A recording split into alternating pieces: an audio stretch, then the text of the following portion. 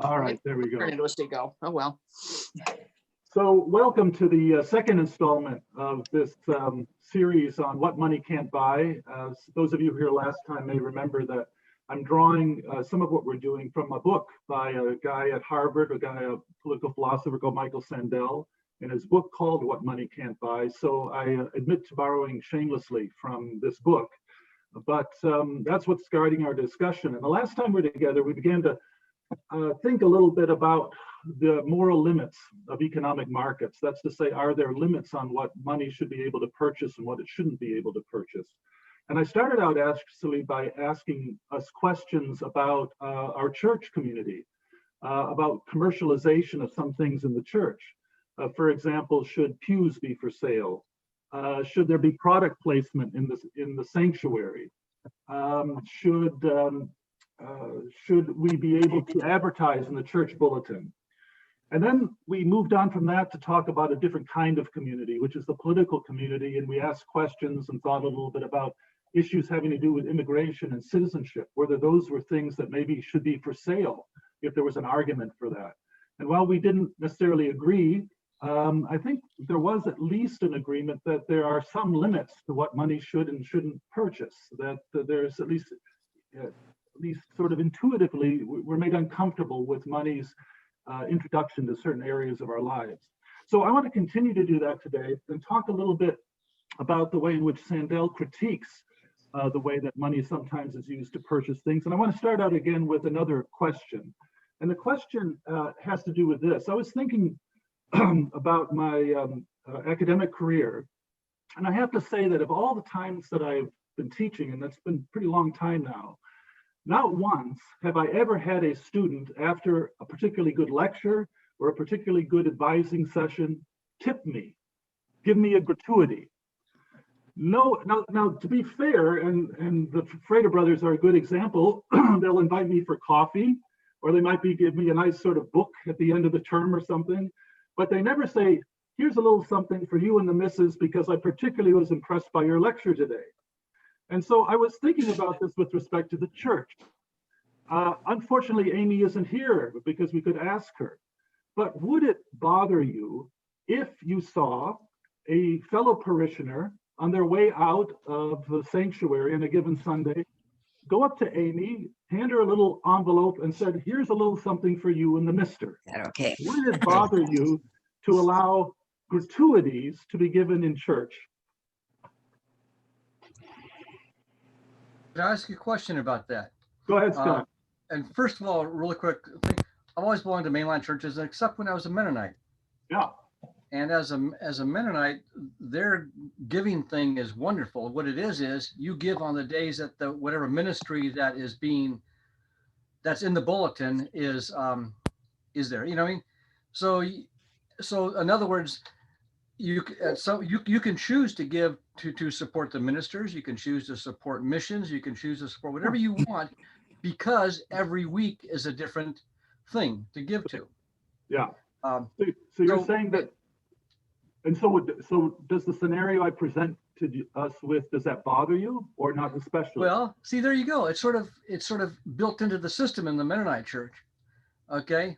But I also want to say too, what it really does is it makes meetings really, the annual meetings that they used to have in the Mennonite, in the Lutheran church, yeah, where you fight over where the money was going to go.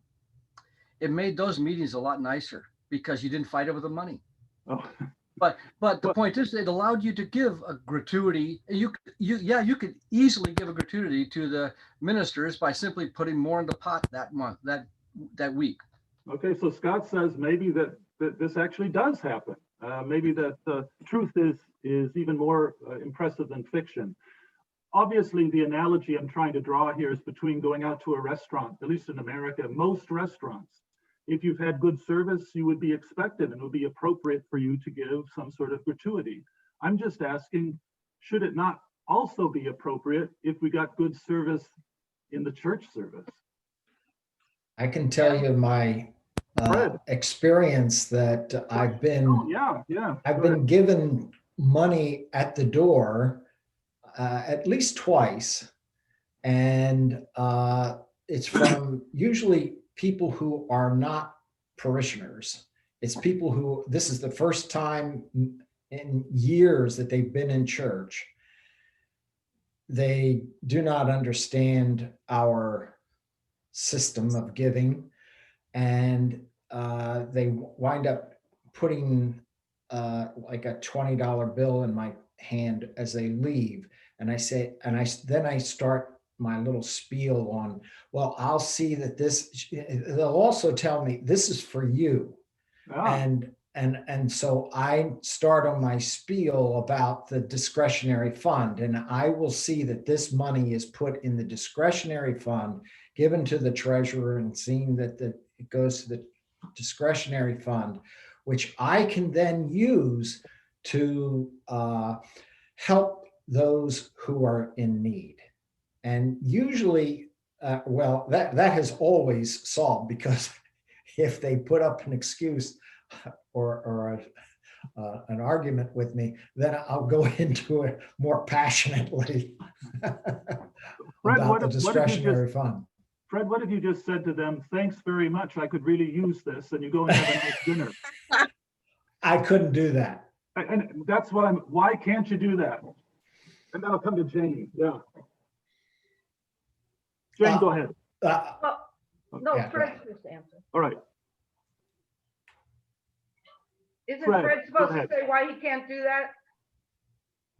No. Okay. I'm to respond then? Yeah, go ahead. Okay. Well, for me, any handling of cash is particularly dangerous to clergy. No. Clergy have gotten in trouble left and right with handling cash. And you can point to the Archbishop of Chicago, $7 million, spent all over the place. A nice dinner. Now that was just Roman Catholic example, but there are plenty of examples within the Episcopal Church, I'm sure, where people get in trouble handling cash. I was make sure that's the other thing, is I made sure that my discretionary fund was handled by the treasurer of the church, so that I had nothing to do with it. And I could tell them to write a check to whatever, and I would put whatever is in the memo, so that if it's written out to somebody's electric company, I'll put the particulars in the memo. And it's as confidential as I felt comfortable with. Okay, Jane, go ahead. Well, two things. One, the big evangelical churches with the pastors who have the homes in the Bahamas and stuff, we find offensive. But second, I wonder if any vestry has ever had the thought, if it's been a particularly good year, of giving the pastor an end of year bonus, as is always done in business. You don't think about it in those terms. Okay. And would that bother you, Jane, if you found out that the vestry had done so? I don't know. Just turn it up and put it. I don't know. Yeah. This is another thing. It happens. Would it bother you? Anthony, go ahead. We're going to cross some cultural lines here. Okay. In the Black church tradition, when the pastor has a need and he voices that need, frequently the congregation will donate for that particular need, no matter what the pastor says. I was a United Methodist clergy, and it became known, I never announced it, it became known that I was going to South Africa. And the congregation lifted an offering and gave me $300 to use in Africa. And that was an okay deal because it was part of the Black church tradition. Now, in the larger church, whether it's Episcopal or United Methodist or whatever, those things are frowned upon. And I accept that. I accept that. And I've only served one In almost 30 years of ministry, I've only served one Black congregation. Well, let me suggest, I mean, this is what you're describing, Anthony, is because you had a need and your congregants met the need, or they responded to the need. This would be a little bit different. It would simply be a matter of No, I didn't have a need for money going to South Africa. Oh, you did not. So that was. I did not. I see. They knew I was going, and they wanted me not to be reaching too deeply in my own pocket. I see. Yeah. Anybody else about this? Yeah, Betty, go ahead. When I was a Lutheran, we had a pastor who had a financial need. We did give her extra money. But also, my second point is when a clergy person leaves or retires, we collect a big pot of money and give it to them. You guys surprised me. This is sort of reminds me of what I think is the principle in the law, which you never ask a question that you're not sure about the answer to. A slightly different take.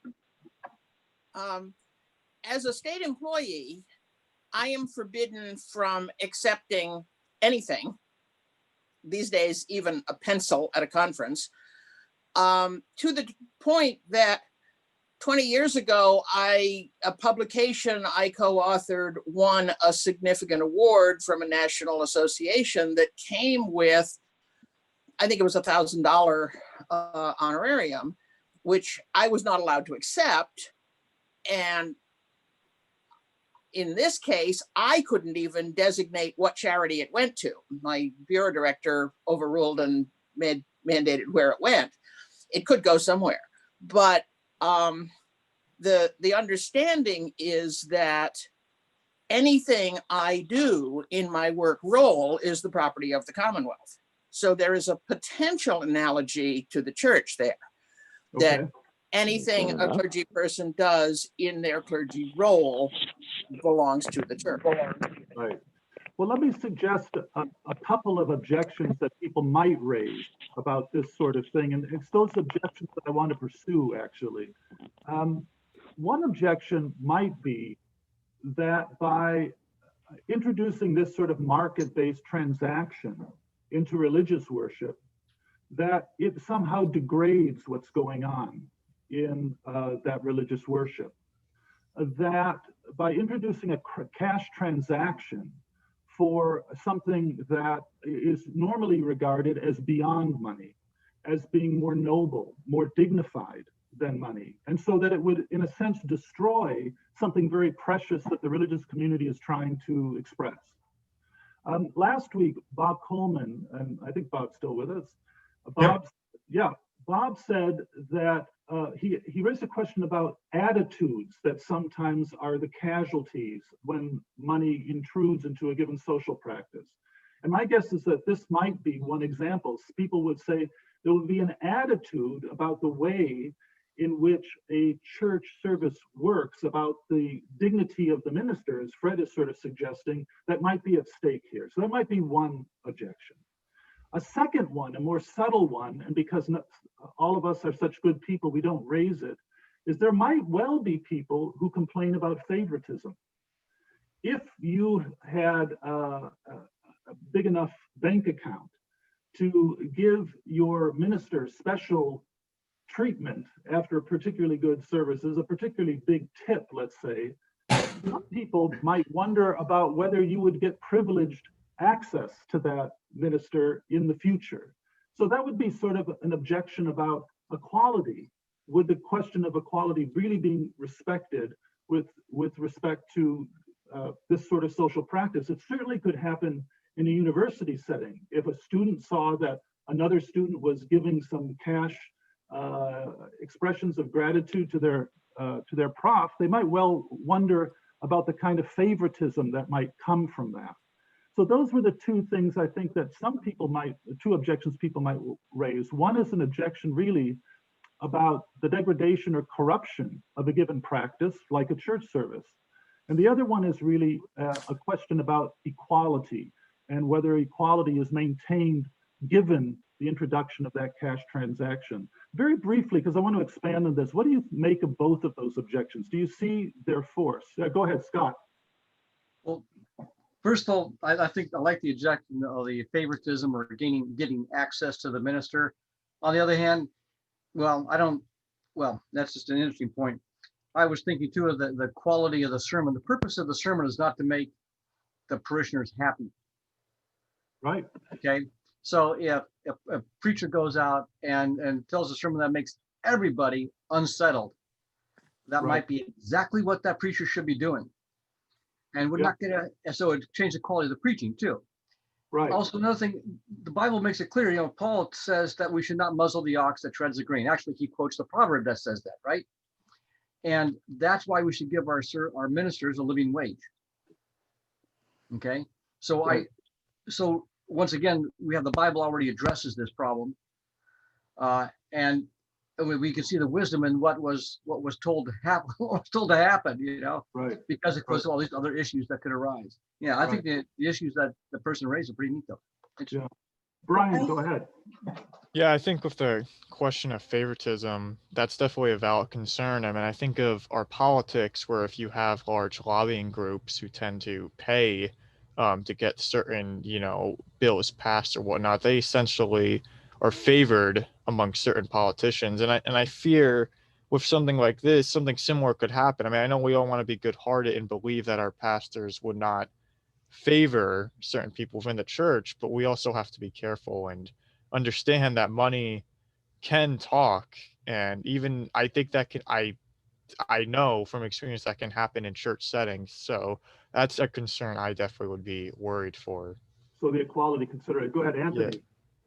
Well, Let's pick it up on Brian and the service of the pastor to the church. What happens for funerals and weddings?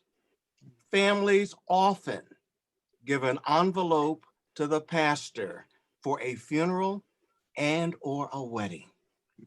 What I always did was to put it on a separate charge card so that when I was taking parishioners or whatever out for dinner or lunch, I used that as a way of paying it back.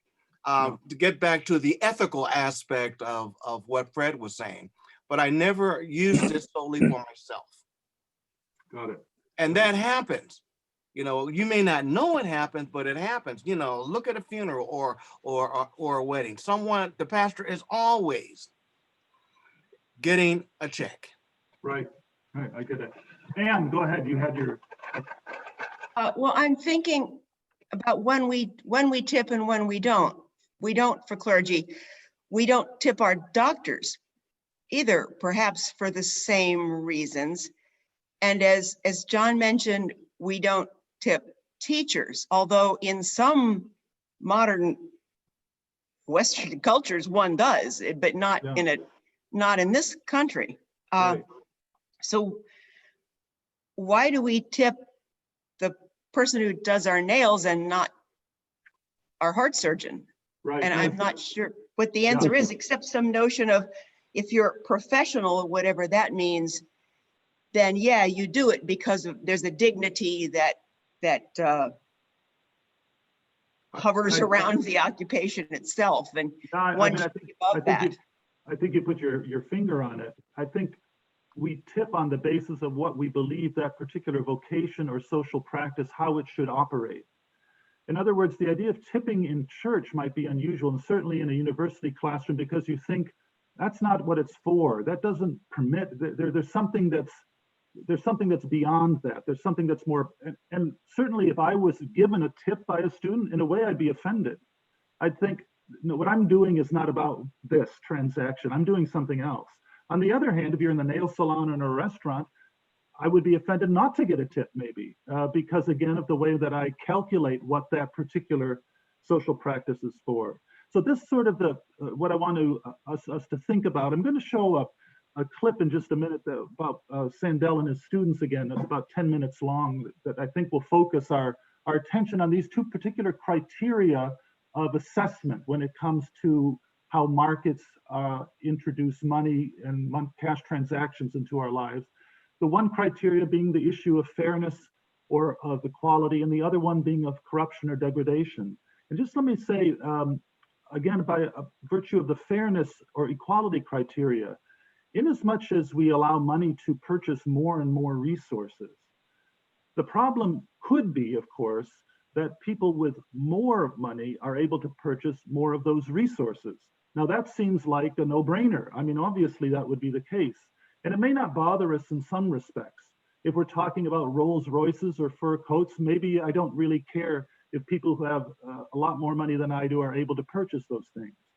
But I might care if those people are able to purchase things like health insurance, or if those people are able to purchase things like clean air and water. Then the inequality between us really makes a huge difference. And so one question I think we always have to ask about the introduction of money, of markets, is who is benefited and who is harmed by that with respect to the issue of equality or fairness. The issue of corruption and degradation, though, is also important. And it's the idea that sometimes the introduction of money into a certain social practice or to purchase a certain good actually changes the purpose or the end of that good or the end of that practice. If all of a sudden we allowed free tipping of ministers or free tipping of teachers and so forth, it may well change the nature of what the ministry looks like. It may well change the nature of what the professoriate looks like. And so I think we have to be concerned with those sorts of things. And these are the sorts of things that Sandel is going to talk about in this clip. Now, to set the clip up, I wanted to find an issue that I thought really was quite poignant about these issues of fairness on the one hand and corruption and degradation on the other. And the issue I decided on is has to do with how we treat our own bodies, whether we think our own bodies can be commodified, that's to say, used as something that we buy and sell. And so what we're going to see is a clip of Sandel and the students talking about the issue of whether or not people should be permitted to sell and to purchase kidneys. Now, in the United States, that's not permitted. You can't just sell your own kidney to somebody who wants it just because they give you a good price for it. It's true you only need one kidney, but according, I guess, the 1984 National Organ Transplantation Act, we're not permitted to do this any longer. On the other hand, some economists have pointed out that if we were allowed to have a market in kidneys, this could actually increase the number of kidneys that are available for transplant. And people apparently are in desperate need of this. I think in a given year, I looked it up, there's about 17,000 kidneys that are transplanted, but there are about 100,000 people on the waiting list. So one solution, according to some economists, is allow the market to determine who gets to sell and to buy a kidney, and that this would actually be efficient because it would increase the number of kidneys. So I know it seems like a very strange sort of example, but you'll see with respect to Sandel and the students how they sort of parse this out and figure out whether this is a good idea morally or not such a good idea morally. Any questions on that or something I can make more plain? And then we'll talk on the other side and say it's about 10 to 15 minutes long. Yeah, go ahead, Scott. One of the things that I didn't think, I want to underscore is that we'd always tip because we want the person to have a living wage too. It's a way for us to make sure that our servers get a living wage. Absolutely. They work as hard as we do, maybe considerably harder, and yet we give them good tips so they have a living wage. Absolutely. Another thing is the servers. We want our servers to be corrupt and to give us really good service because we so. I don't think that's corruption. It's what we call capitalism, right? That's what we're trying to sort out. Yeah. Right. And somebody already does make money on the selling of blood and kidneys and so on. Just not the person who owned the blood and the kidneys. They are not allowed to make money on that transaction. Although you can, of course, sell plasma, and that has difficult moral questions too, given that it's often the poor people who are most likely to sell their plasma. But we'll talk about this on the other side of the clip. Okay, I'm going to share my screen. Here we go.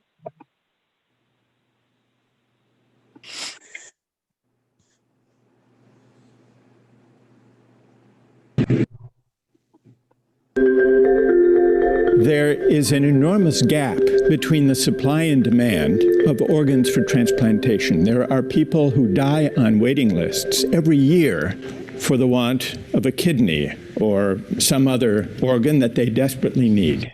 Some have suggested that one way to ease the gap between supply and demand would be to allow a free market in kidneys, let's say, for transplantation. How many would be in favor of the free market in kidneys? And how many would be against? Let's hear first from a defender of the idea. Matthew. If allowing for a market in kidney transplants allows for more kidney donations or kidney marketing and helping those that need the kidneys, I think it'd be pretty tough to be against the market. Because it would save lives. Yeah. Emily? I know there are people who need one, and I only need one, so why not sell it? Yeah. I think there are obviously restrictions on that. You know, we get into the idea of consent where there are people who may be constrained by their financial needs or by some other constraint on their ability to make a free choice, but excluding for now all of those instances, I don't see any issue with creating a market. All right, let's ask those who are critics of this idea, those who are uneasy about it. What, Jamie, is your reason for objecting? My problem lies with the fact that some people would receive the organs that they need over other people who have an equal need for these organs. My standpoint is not an issue regarding purchasing organs, but with the distribution on the basis of ability to pay. So you don't worry about commodifying organs as such. You want a fair distribution. Yes. You don't want an auction. No. Alex. In the case where there is no market, you're going to have even fewer people getting those organs. So basically what you're suggesting says that I'd rather have 5 people get a random distribution of kidneys than 5 people get a random distribution of kidneys and 5 more buy them and basically get off those waiting lists. And then that's going to leave more room for other people who are regularly waiting. I don't understand where the problem would be. The solution to this would be a universal healthcare system, and the government would be the purchaser of these kidneys. In that sense, it would go to the people who require them or would place the highest value on them. So if there were something like a national health insurance system, as you have in Canada, if the health insurance system were the purchaser, then it would be fine. Then there's nothing wrong with the selling of kidneys by those who have them. Yes. The distribution would be according to need, not means. Right. Erica? I would agree with Jamie in that I would support a market for kidneys in that it would kind of correct for the supply issue. More people who needed kidneys would get them, but I don't think the solution would necessarily be a free market in which people exchanged kidneys directly to people who needed them for money, but there'd be some third party who allocated kidneys in much the same way we do now with a waiting list that's based on urgency. And there's still this concern of coercion, but I think that could be corrected for through regulation. I don't see how a universal healthcare in which the government is the purchaser of the kidneys would solve anything, because you can't stop me from selling my own kidney. It's an inherent thing I have. Everybody has one. No government regulation would restrict me from perceivably selling my own kidney. I could find a way to do it. I think that restricting something that you cannot physically restrict creates a dangerous precedent. Abdul? When I need a kidney so badly, my friend will donate one to me. My father would, my brother would, somebody would. If we make kidneys a good that can be sold and buy, we are crowding out this idea. The idea of donation, the idea of giving something for free is not important anymore. Abdul, I agree with you.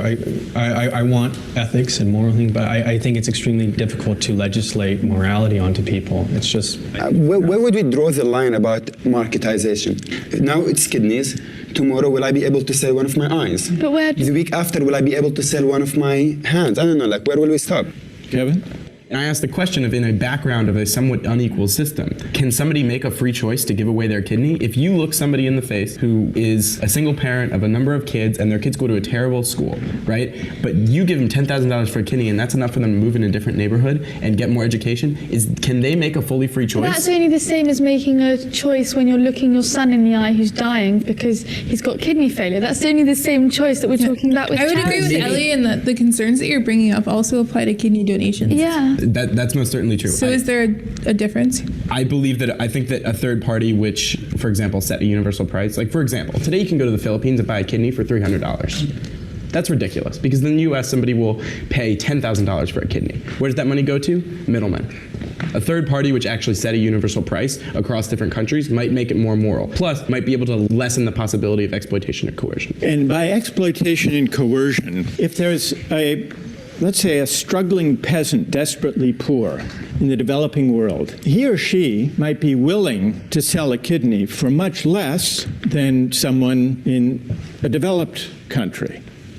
But that's true with a lot of goods and services, that they're produced at a lower cost in developing countries or poor societies. Why, Kevin, do you think that that person, let's say an Indian peasant in the countryside who's desperately poor, and this may be her only chance to send her kids to get an education, why shouldn't she have that choice to decide for herself what value to place on her kidney? Because she might not know what the actual prevailing value in areas which desire kidneys actually are. Nicole? You'd have to be in a pretty desperate situation to think about selling your organs in the first place. Right now, thousands of people die every year because they can't get a kidney. And donating a kidney is not particularly risky for the person donating it. And the system we have now, which is looking for voluntary transactions, is not working. People are not donating enough kidneys to save everybody who needs one. So I have no problem with people developing a market for kidneys. We have so much inequality in our society. I think people would feel differently if everybody had the same income. Now you say, okay, everybody's the same income. I'm exposing myself to a greater risk. Should the individual who is willing to accept that risk be compensated for exposing himself to that greater risk in return for giving somebody else the right to live? And you would say maybe so if the background conditions of the society are more or less equal. That's right. And the reason that matters is that you think against background conditions of inequality, it's not a truly voluntary. If it's a matter of that person's family living, right? You know, if he doesn't sell that kidney, they may die in starvation, right? And that's a kind of coercion. I wouldn't call it. What I call it is it limits your choices. They also limit your choices in ways that makes it harder to make rational choices for some people. But I'm not even completely sure of. I think poor people can be rational people as well. And by rational choice, you mean? Acting in their own interest. Doing what's best for them given the circumstances they have. We should worry about poverty, income inequality directly and not say, gosh, because we're worried about poverty, we're not going to let this poor person sell his kidney and we'll let this person who needs a kidney die, because it doesn't help the poor person. He's still poor. Certainly doesn't help the person who needs the kidney. He's dead. That seems like a very strange response to me to dealing with income inequality. Just because there's a voluntary transaction doesn't mean it's in the interest of society. Whether any particular set of transactions goes to the sense of what is it that defines the community, what are their values. I think most communities would say the right to live is a fundamental right. And I think that constitutes a kind of choice that person is selling like a literal part of their body because that's all that they can do to survive. And right. I think that there is something unsavory about that. Unsavory, coercive, exploitative? Yeah, but on the other hand, you want people to be able to subsist in any way that they can. So where do you come down? I think you shouldn't have to sell it, but that's an argument for kind of raising everybody's standards of living enough that nobody would want to sell their kidney or need to sell their kidney in general. Or need do you to sell think that anyone who sells a kidney out of economic necessity is not really acting freely? Yeah, I think probably I'm sensitive to that as well. They're not really acting freely. Yeah. Does everybody agree with that, or does some disagree with that? I disagree. We see people selling their health for cash in tons of industries. I mean, a coal mine, I understand that if I go in there, I'm going to receive high wages in return for sacrificing my health. The National Football League, I mean, I'm going to die likely 20 years younger because I'm playing professional football and my head's getting bashed around. But with understanding of that, I'm willing to sell my health. I think that's a very similar dilemma to giving a kidney, whereas I'm basically just willing to receive payment to give up some of my health. Do you think in those analogous cases, it's morally unobjectionable for people to sell, as you put it, sell their health? I do think it's unobjectionable. And why should we be able to sell our health? I think I'm entitled to how I take care of my own body. And I think if I have an awareness that I will improve my welfare by selling my health because some other aspect of my life requires funds.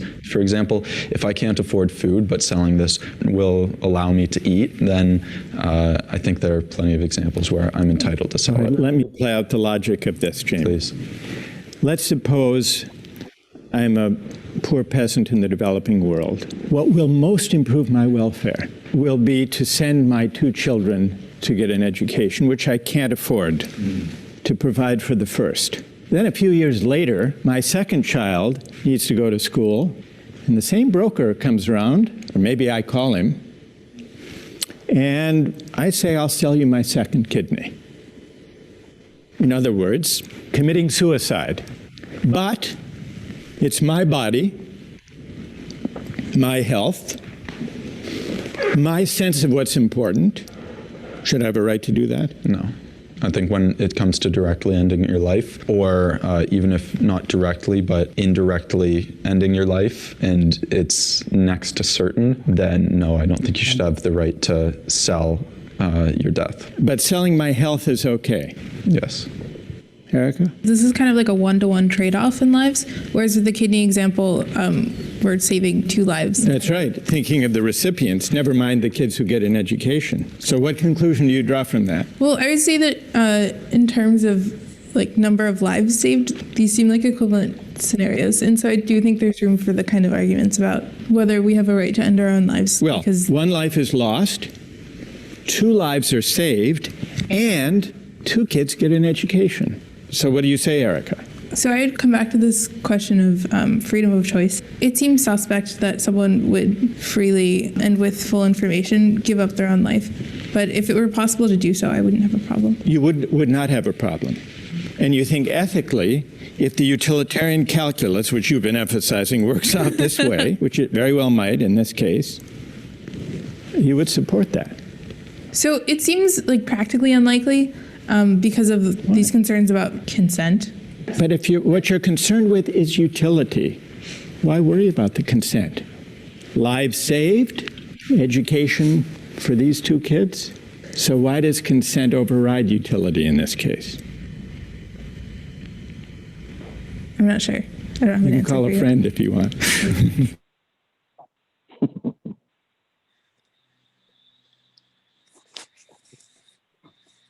Well, that cleared things up. Let me get this off of here. Okay, here we go. So I'm curious what you make of some of these students and the economists, Joseph Stiglitz and Greg Mankiew's, their views about this issue having to do with buying and selling a kidney. I do want to say one thing to preface this, because it's particularly apropos to what the young woman was saying at the end.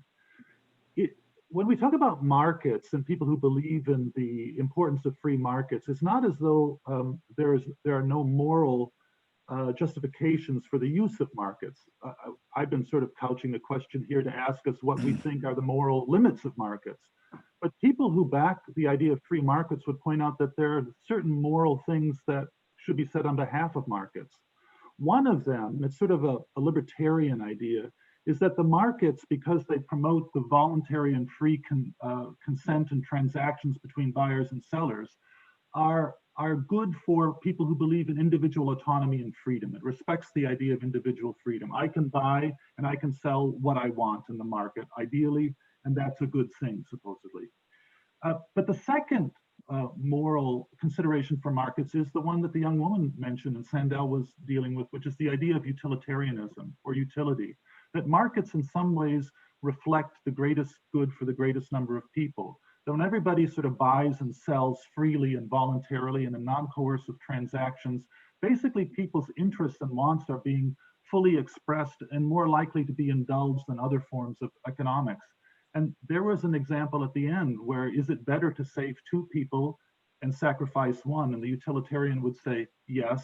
And somebody with respect to the idea of the moral force of markets would also say yes. So that's an important point to make. I don't want to say that people believe in free markets are somehow immoral or amoral or anything like that, but we have to engage these sorts of things. Now, all that said, what do you make of these arguments? Some people are saying that it's a good idea because it would enhance the supply of kidneys if people were able to buy and sell them. Other people are saying, no, it's a terrible idea, that nobody in their right mind would freely sell their kidney. Other people saying that if you allowed for the buying and selling of kidneys, it would destroy the virtue of donation, of free and voluntary donation of a kidney to somebody who needs it. So what do you make of any or all of those sorts of things? Scott, start us off. Yes, why do we already have laws against this? And I would be curious to know what was the thinking there, because okay. But first, in answer to your question, boy, there's some good arguments. That was some good stuff. Yeah. But I do want to know why the law is what it is. Basically, all civilized nations, right? I was thinking most advanced industrial countries, yes, you're not permitted to do this. And I think a lot of it is for the reasons that people mentioned. But some of it, my guess would be practical. I mean, Harry maybe could speak to this, but I don't think selling a kidney is something that you enter into casually and just meet somebody at the parking lot and hand it off. You know, there's more to it than that. But another thing might be about these issues of equality or the corruption of the body and what we can do with our bodies and what we can't. So what do the rest of you think about all this? Go ahead, David. Yeah, I think, there's a lot of things going through my head, but one of the things that one of the girls brought up was, and one of the professors at Columbia mentioned it too, was the inequality of this. Right. And I think the bigger concern I would have would be who would be getting the kidneys first. And that's the number one question I would want to address first, is how could we make it where it's not going to be only, the 1% of people are getting kidneys and as such. So I think it shouldn't just be the market dictating this, in a sense, kind of like what the student from Canada was discussing, in a sense. And that would be my concern, really. So the equality provision of this, that's the thing you would really focus on. Okay, good. Mm-hmm. Who else? Christy, go ahead. Yeah, there's been a lot said about this idea of using your body for money. But one of the things that's been happening, especially in Southeast or Southern Asia, are women who have babies for rich people. And in all of these cases, I'm thinking of the middleman, the broker, because these women weren't getting paid what the actual person who's receiving the baby is paying for. And that there's this other economy that's happening because of this. And so that to me plays into this. Is it would be one thing if there was either a state-sponsored sense of being able to sell your kidney or sell your body to have a child where somebody isn't, another economy isn't, creating it. But for the most part, I think it's typically, or maybe I'm just completely wrong on this, typically it's somebody who's really in need of money who's selling something for somebody else who has a lot of money. And for you, Christy, is that a very important consideration? In other words, if that person wasn't truly economically needy, you would feel differently about the transaction than you do about a person who really is needy, provided that they get the full sum of money for the selling of the kidney. You would regard those as two different situations? I do, because it's coercion in a sense. We have put people in such a desperate state that this is the only way they think they can survive. Okay. But I could choose, if I were able, to say, yes, I will carry your baby. But that would, I think that's a different choice. Okay. Katie, you had your hand up. I don't figure, how do you figure you're saving two people? Well, the example they used at the end is to say, let's say a person gives one kidney for their son or daughter for his well-being, and then later decides that their second son or daughter should have the same gift. And so they sell their second kidney, which of course kills them, but helps the other two. Okay, thank you. Anybody else about this? Really, what about, yeah, go ahead, Betty. I agree with Christy, and the world's oldest profession has the same type of thing. Yeah.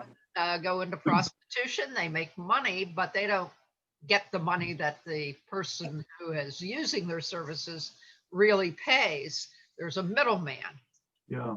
Well, you'll be interested because the very next theme that they address in the video, and which Sandel talks about in the book, and maybe we can talk about a little bit, is prostitution, which is again this question of how you use your body and whether you can commodify your body and use it to sell it to somebody else. Other folks about reactions about this. There's the young man from Syria who talks about donation.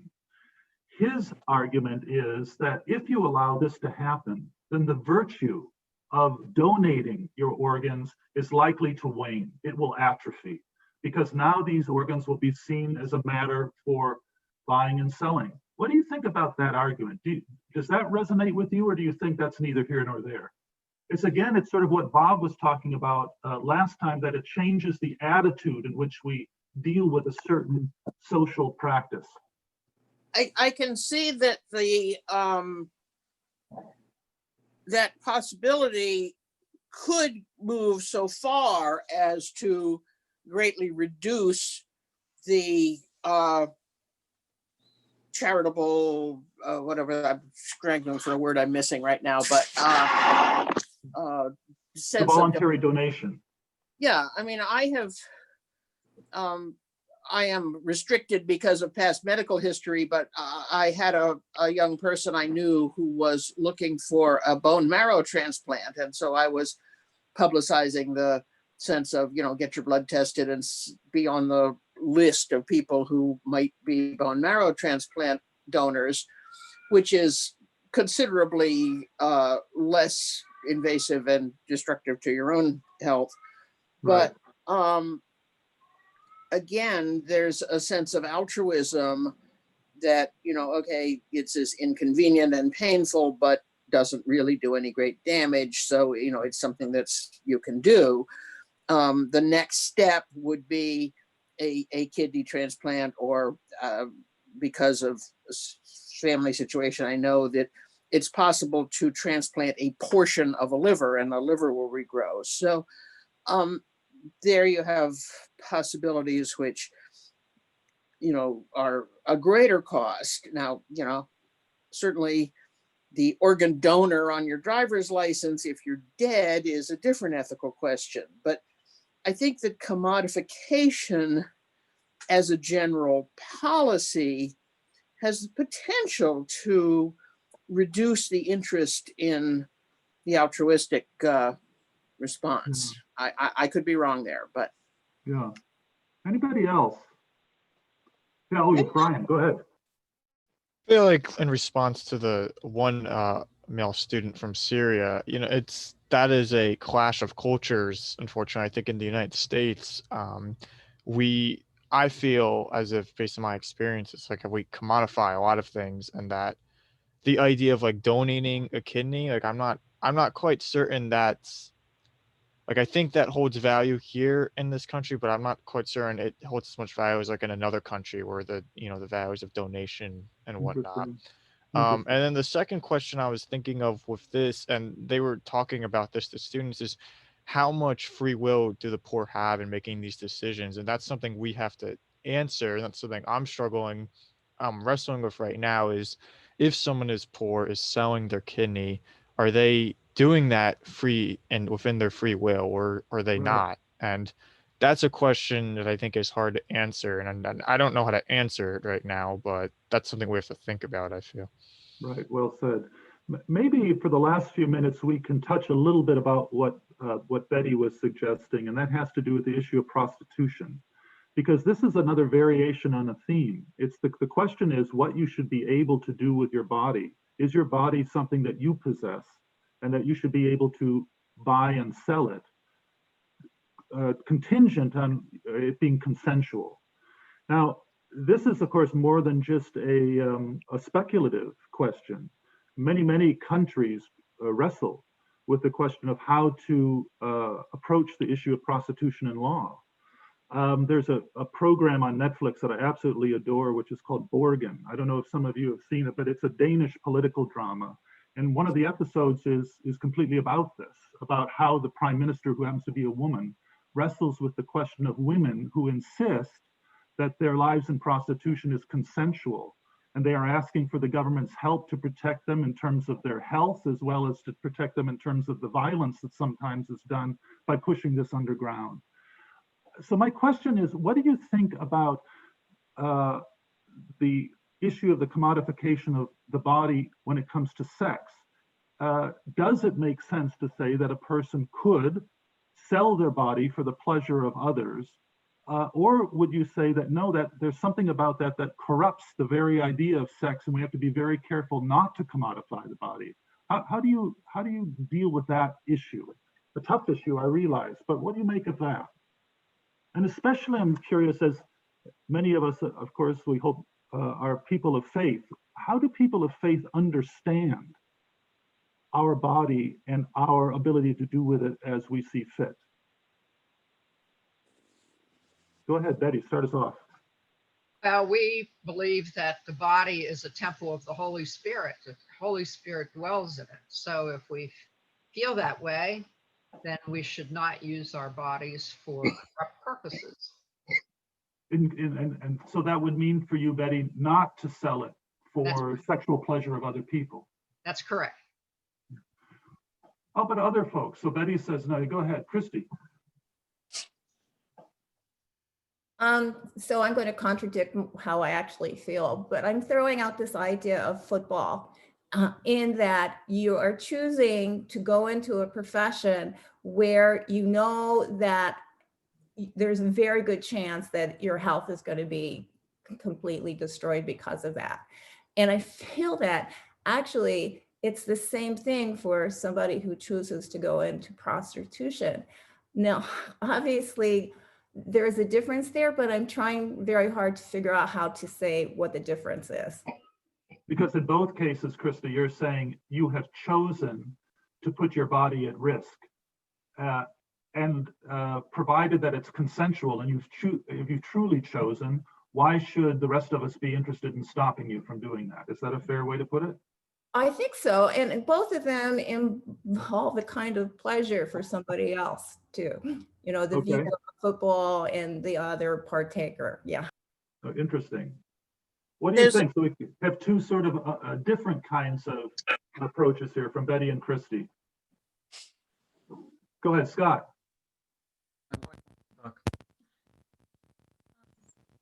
I think that we're forgetting. Oh, go ahead. Where we really don't understand abject poverty. We don't understand hunger as a real problem day to day. And I think that if you say, I think football is a problem, but I don't think it's any different than a man who goes down into a coal mine because he needs to feed his family. He knows there's a good chance he's going to get black lung and die a horrible death, but he wants his family to eat. And could I say too, remember how the Morgan episode ended? Yeah. It ended such that they outlawed prostitutes, but didn't help the prostitutes. Right. Okay. Right. So, and I think there's a fundamental difference in that the football players get paid a lot of money to do this, and the prostitutes, my experience, which is by watching TV, is that they don't get paid the same as football players do. Okay. And so. Yeah. Would some of the ways in which we approach this question also turn on what we think sex is for? And this would be the question that Sandel would ask. Again, do we have a sense of the appropriateness of sex? And does money enter into that equation? Or does money necessarily corrupt that? Can we really keep those two things separate? I think that maybe is a relevant consideration as well. David, go ahead. Yeah, so I know, like with regards to the Netherlands has legal prostitution, and I know for me that was quite a culture shock, because I think in the U.S. we do have a lot of this Judeo-Christian attitude where sex is this morally right thing, and I agree with that. I think that's true. But in the Netherlands, it's obviously more in the sense that religion doesn't play a role in so much of their decisions in government. And I think it's a difficult question, but I do think often now in the US, there is quite a lot of prostitution. And often, many times, it's women who have to do it under the table and do it in ways that aren't so safe. In a sense, I think if you made it legal, I think it could allow for upward mobility in the sense. And I know that sounds crazy, but I do think it's possible, and it's been done and elsewhere as well. As he pointed to the episode in Borgen, I know that's Denmark, but that still is an interesting example. Yeah. And David, can I ask, if it were legal, the question of its corruption or degradation of sex would still be on the table, right? Yes, and that's. Does that bother you? It definitely does. I don't think that should be. Nobody should have to, and again, it's similar to the kidney argument. Nobody should have to resort to selling their body for sex as a job. And I think that should be a last resort, but I don't think punishing people for it is making it any better. So. Okay, good discussion. Anybody want a final word? Go ahead, Fred. I want a final word. Oh, sorry, Jean. That's okay. You know, I'm looking, as when we call this back to being people of faith, I've got to call it back. I always go back to our baptismal vows and say, there's got to be a baseline for us. I think part of our baseline is our baptismal vows. And the very last I will, with God's help, is, will you strive for justice and peace among all people and respect the dignity of every human being? And I think we have to call the dignity of every human being into this question. Good. No, very well said. I'm going to give you the last word because that's a good place to end, I think. And I want to pick up on that the next time that we're together. I want to talk a little bit more maybe about the issue of what we do with our bodies, but also talk about what Janine is saying, and that's how as people of faith we view that and why we view it the way that we do. And then I want to talk about some other things having to do with markets. I want to talk about higher education, something I know a little bit about. And I also want to talk about the use of incentives. Should, for example, we give school children money to read books to promote their reading? So that's what we'll talk about next time. Thanks very much for hanging in. Good discussion. One other thing I will say, and that is that we are in desperate need of suggestions for what to do with Forum in the new year. So if you have any ideas, please do tell Helen or Harry or Linda or me what you're interested in, and we'll try to put that together. All right. Have a great Sunday, guys, and we'll talk to you soon. Bye-bye. Thank you. Thank you, John. See ya. See ya.